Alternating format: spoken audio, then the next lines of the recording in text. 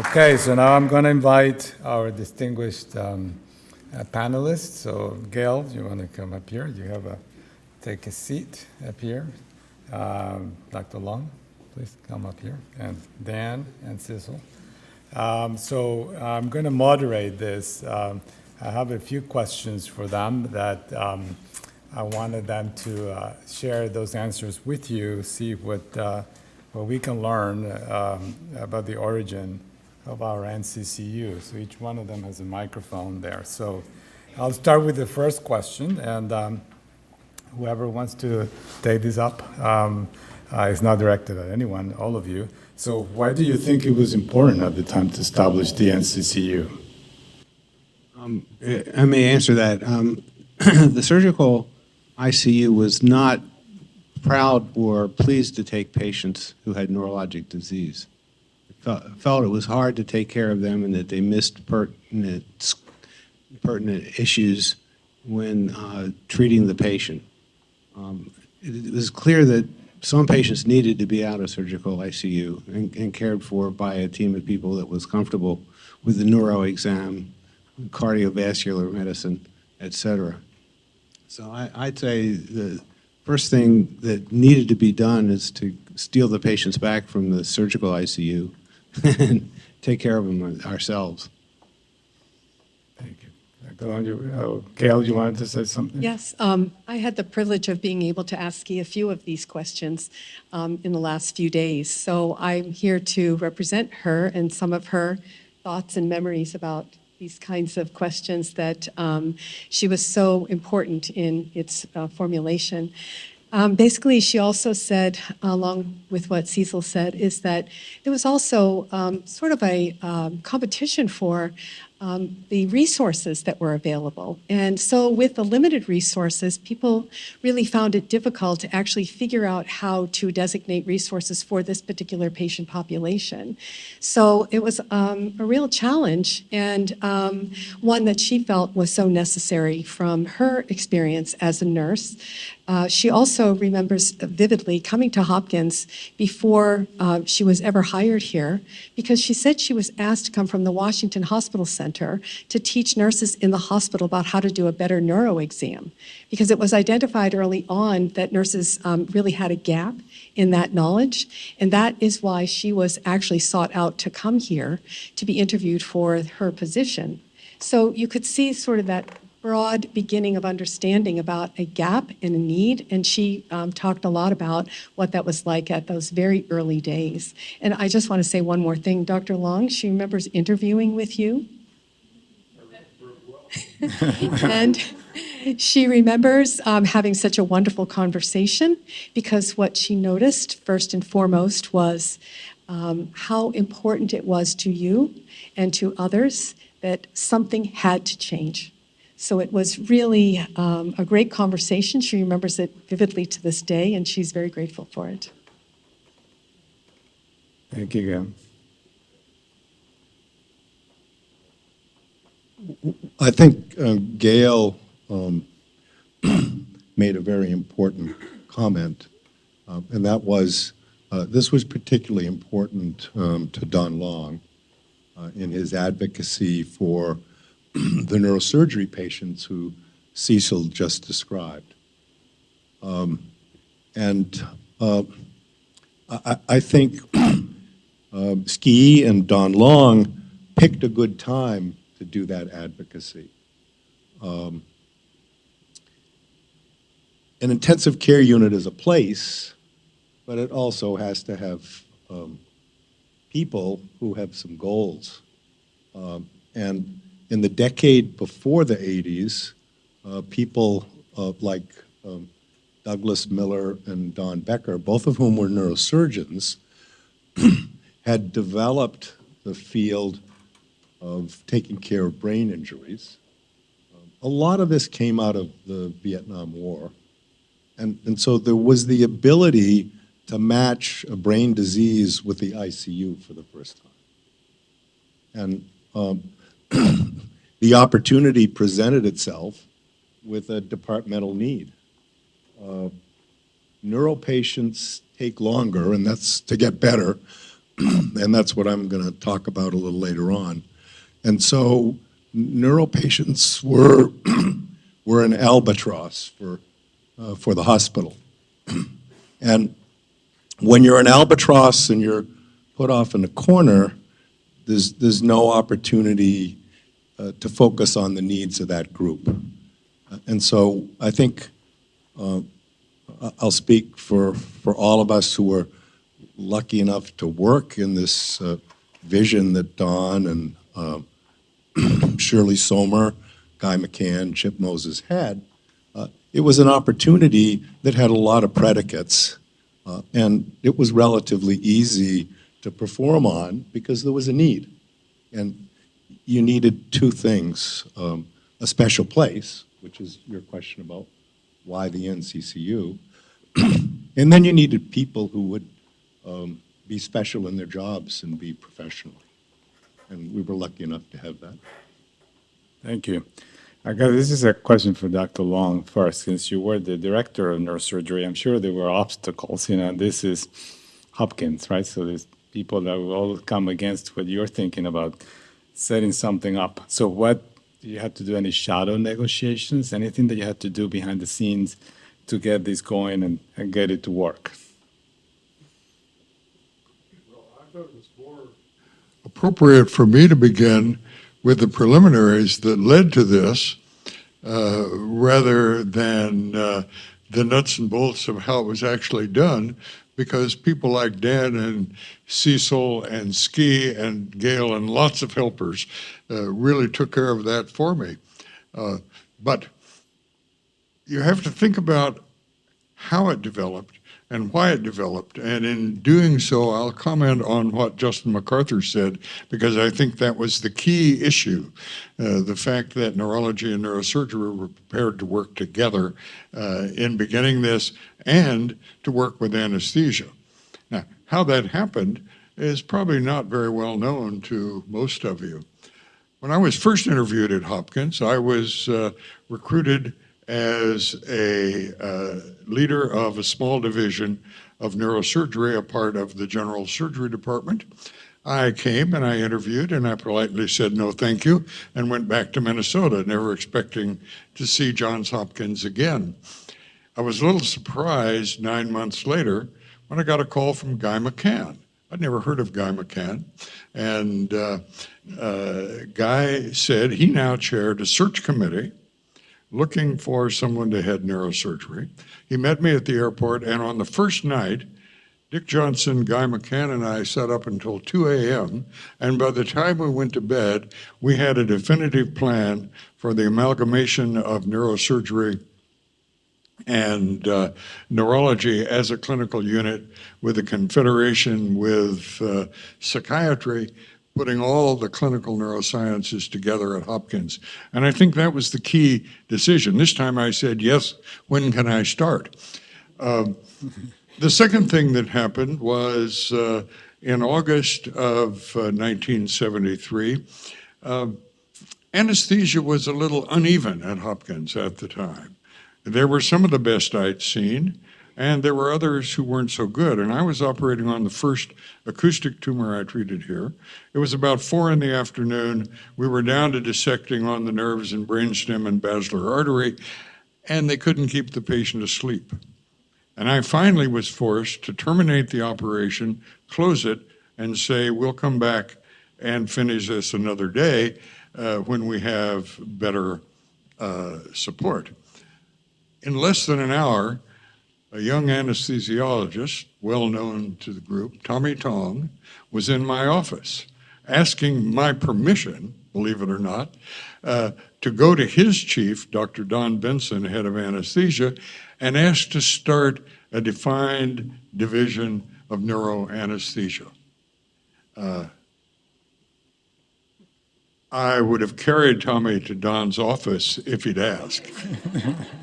He came back in probably a half an hour and said Dr. Benson agreed, and that he and Gene Alano and 1 to 2 others would take over neuroanesthesia, be our only team, and in typical Tommy Tong fashion said, if you need us, we'll come in at night. We'll set up our own call schedule and do call for both general and neuro surgery.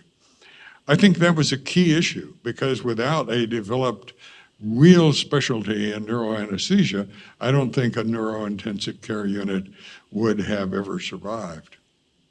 And the third factor involved pediatrics.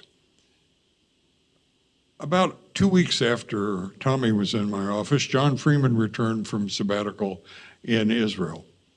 John was the head of pediatric neurology, and most of you don't know that I was actually a pediatric neurosurgeon at the time, headed the division at the University of Minnesota, trained at the Boston Children's, and was doing mostly pediatrics.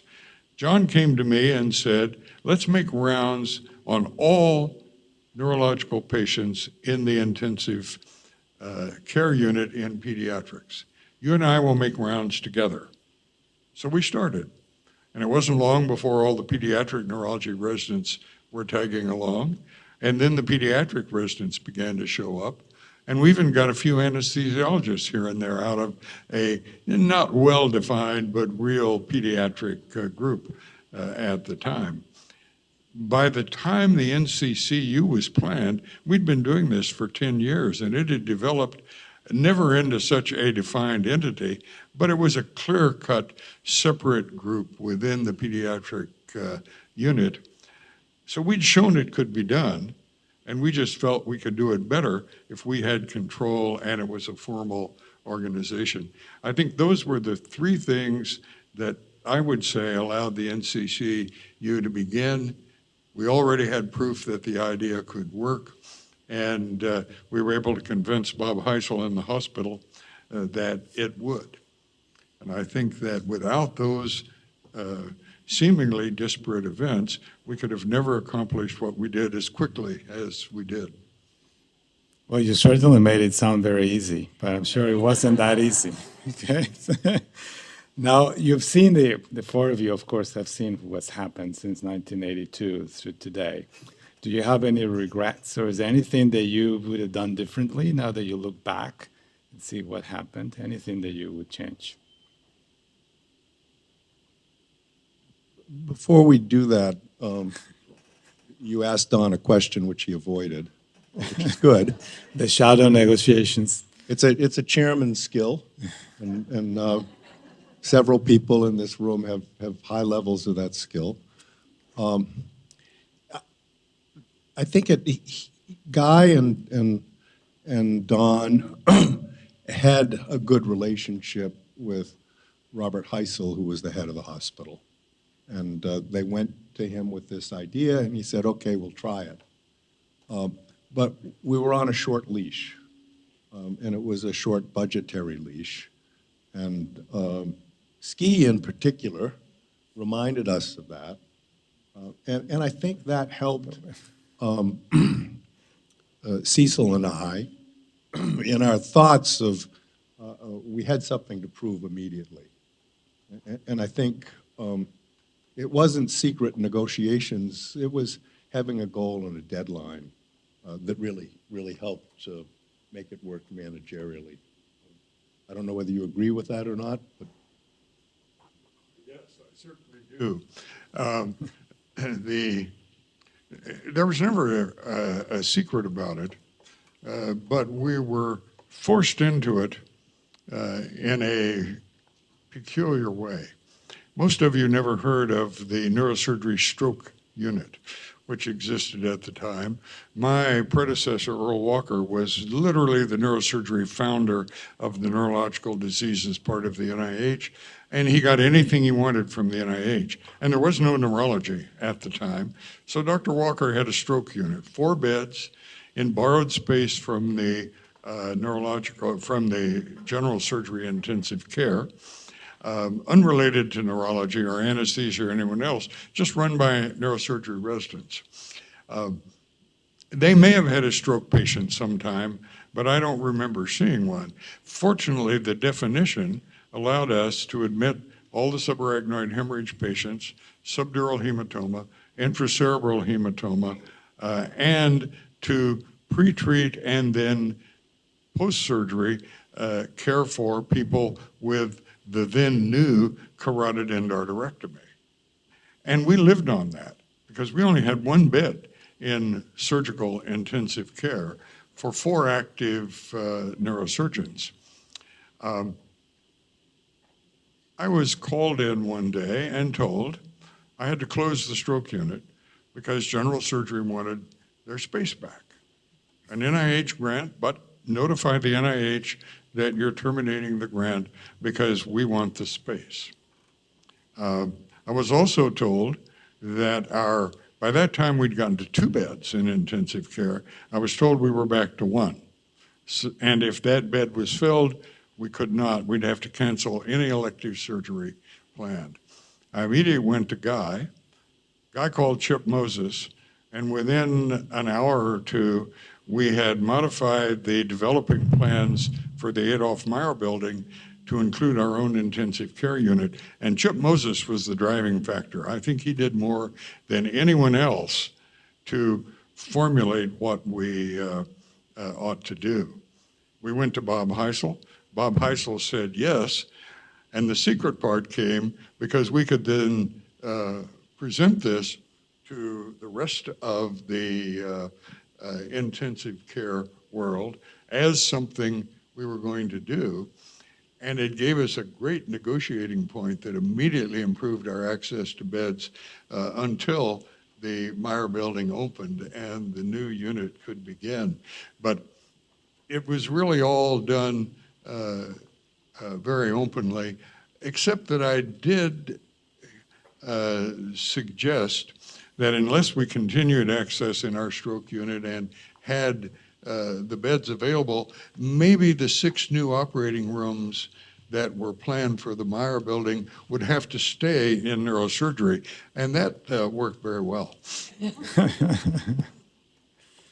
Or about the regrets? I'm sure you have some regrets. Cecil or Gail, I'm sure you asked Ski about this, you know. She was the one cracking the whip, you know, behind the scenes. I'm going to say that one thing that she said to me recently, out of the blue, not being asked the question, the only regret that I have is that we didn't go outside of Hopkins and take this information and this work everywhere. And when she said that, it was surprising. I said to her, and we'll talk a little bit more about this tonight for those at the dinner, I said, well, you have done that.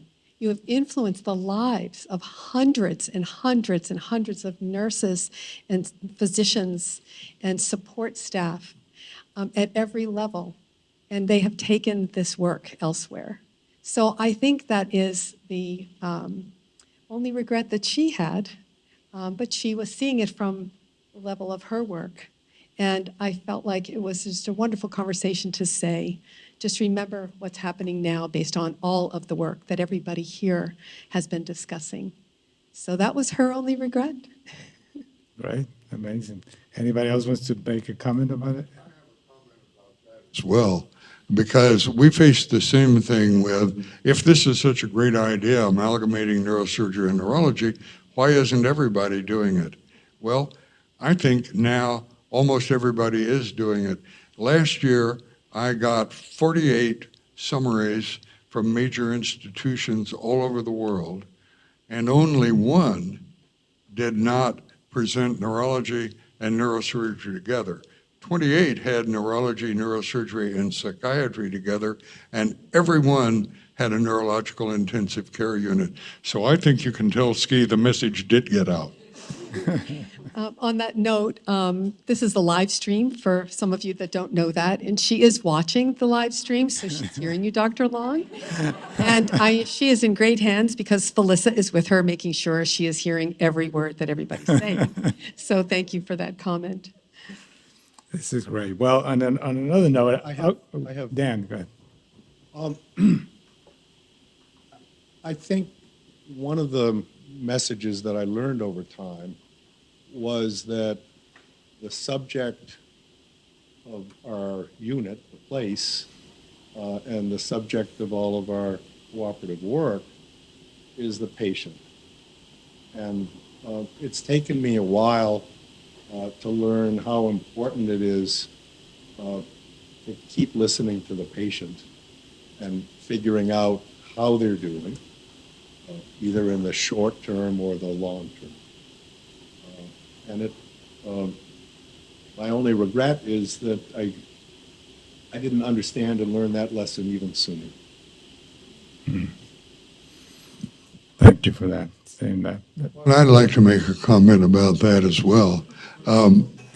About 15 years ago, we carried out a study of the advantages of having surgery at Johns Hopkins. And it just wasn't neurosurgery, it was all of the Hopkins surgical specialties and general surgery. Well, it turned out that if you had a craniotomy done at Johns Hopkins, your costs would be the lowest on the entire East Coast corridor, less than half of most. Your mortality rate would be statistically significantly better than any other institution we identified on the East Coast.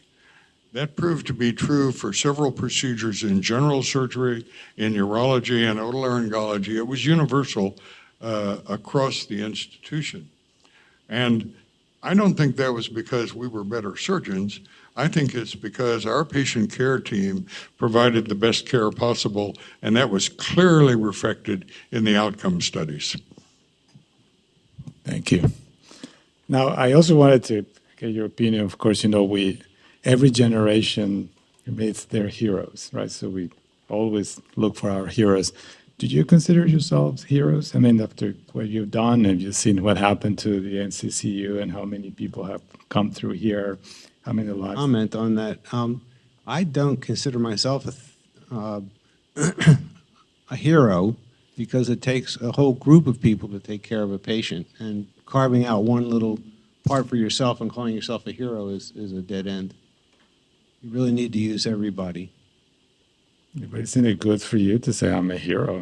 That's good for your ego. Huh? Gail, what did Ski say about that? So she said, absolutely not.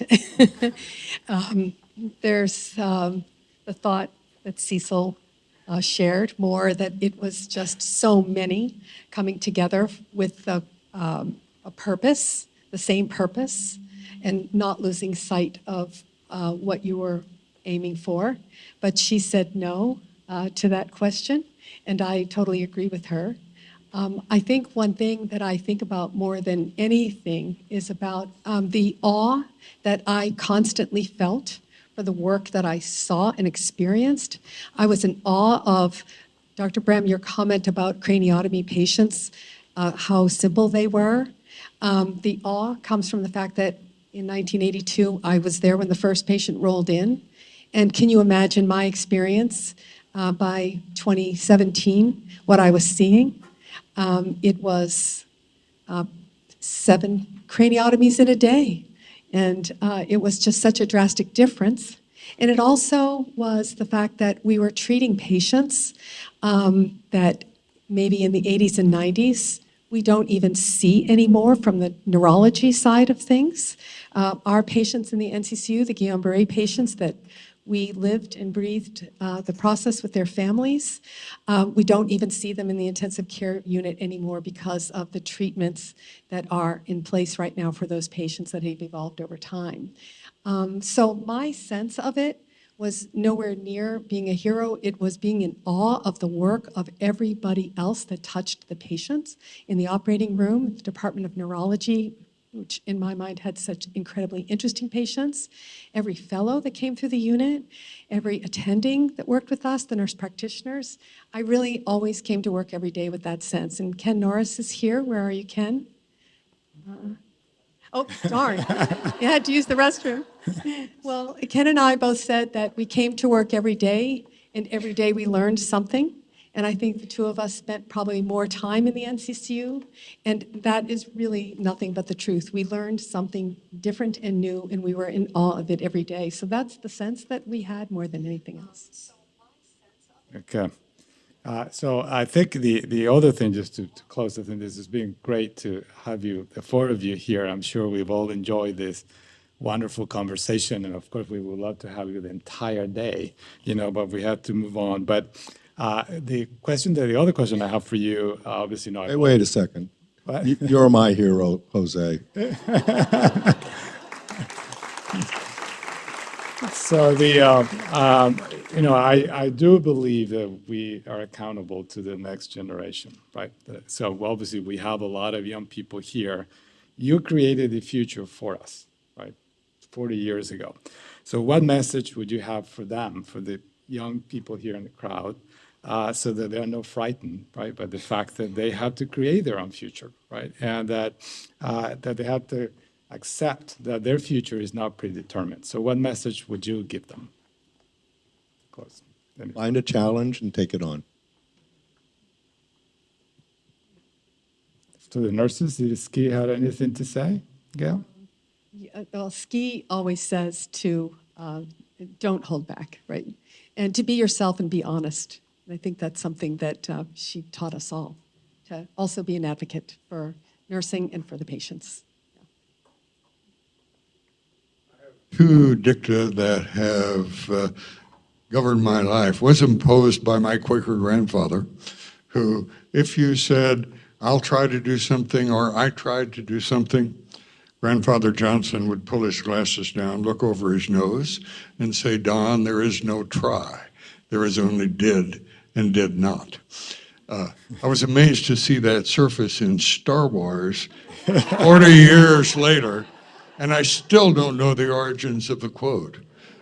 But when I was 14, I set out to read the 100 great books of the Western canon as outlined in Life magazine. And in this, I found The City of God by St. Augustine. And he said, what has really governed my life? He said, never be satisfied with what you are today, or you will never be what you are not tomorrow. And that's the guidance that I would leave to the next generation. Thank you. Cecil, you have any final thoughts? My thought would be inclusive. Be sure that everybody who wants to be involved is involved, rather than excluded or barricaded.